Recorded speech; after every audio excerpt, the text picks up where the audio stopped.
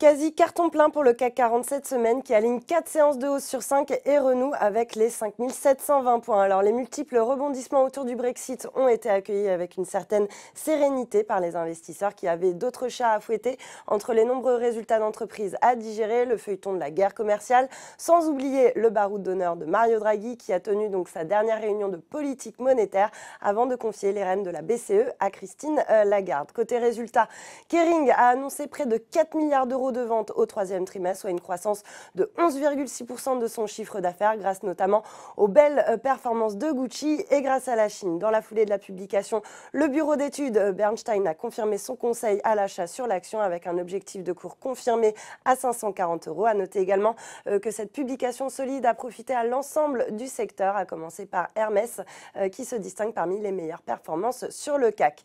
Séance cauchemardesque en revanche pour Ubisoft qui plonge de 16% après avoir révisé à la baisse ses objectifs pour l'exercice 2019-2020, en cause le semi-échec du jeu Ghost Recon et le report de plusieurs sorties de jeux. A l'inverse, Michelin a dévoilé des ventes nettes de 6,11 milliards d'euros, en hausse de 8,9% en données publiées au troisième trimestre. Le groupe clermontois a résisté à la forte dégradation de la demande en pneumatique observée à travers le monde et a même confirmé ses prévisions 2019 grâce notamment à des mesures de compétitivité couplées à une politique de montée en gamme.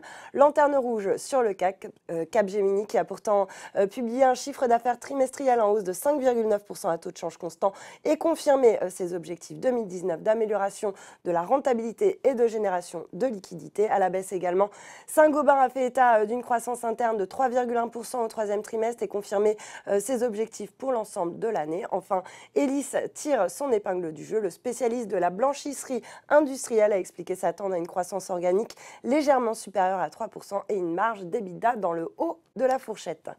Voilà, c'est tout pour ce soir, mais n'oubliez pas, toute l'actu éco et finance est sur Boursorama.